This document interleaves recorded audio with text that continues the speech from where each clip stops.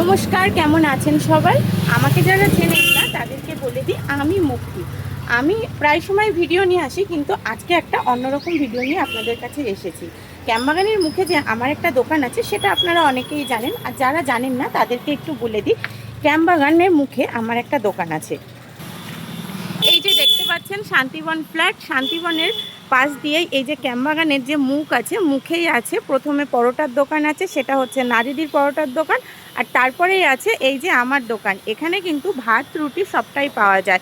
সকালবেলায় আপনারা যদি মনে করেন টিফিন, তার জন্য কিন্তু এইখানে দোকানে পরোটা রুটি সবটাই হয়। আর তারপরে মধ্যাহ্নের ভোজের জন্য আমার এখানে কিন্তু দুপুরবেলায় ভাত মাছ একদম ঘরোয়া পদ্ধতিতে রান্না, আর ঘরোয়া খাবার দাবার, আর একদম পরিষ্কারভাবে এখানে রান্না করা হয়। আপনারা চাইলেই এখানে আসতে পারেন।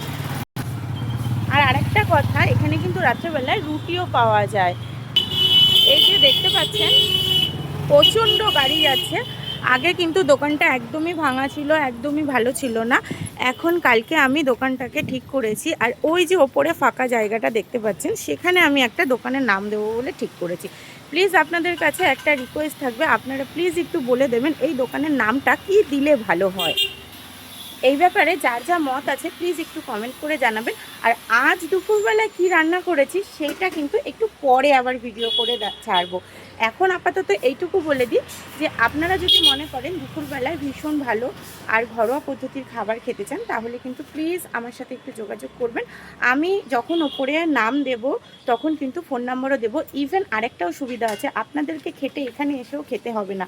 আপনারা যদি মনে করেন আমি কিন্তু হোম ডেলিভারি খাবারও দিয়ে আসি, একদম বাড়িতে গিয়ে পৌঁছে দিয়ে আসবে, একদম পরিষ্কার পরিচ্ছন্নভাবে সেই খাবার কিন্তু আপনাদের কাছে পৌঁছে যাবে।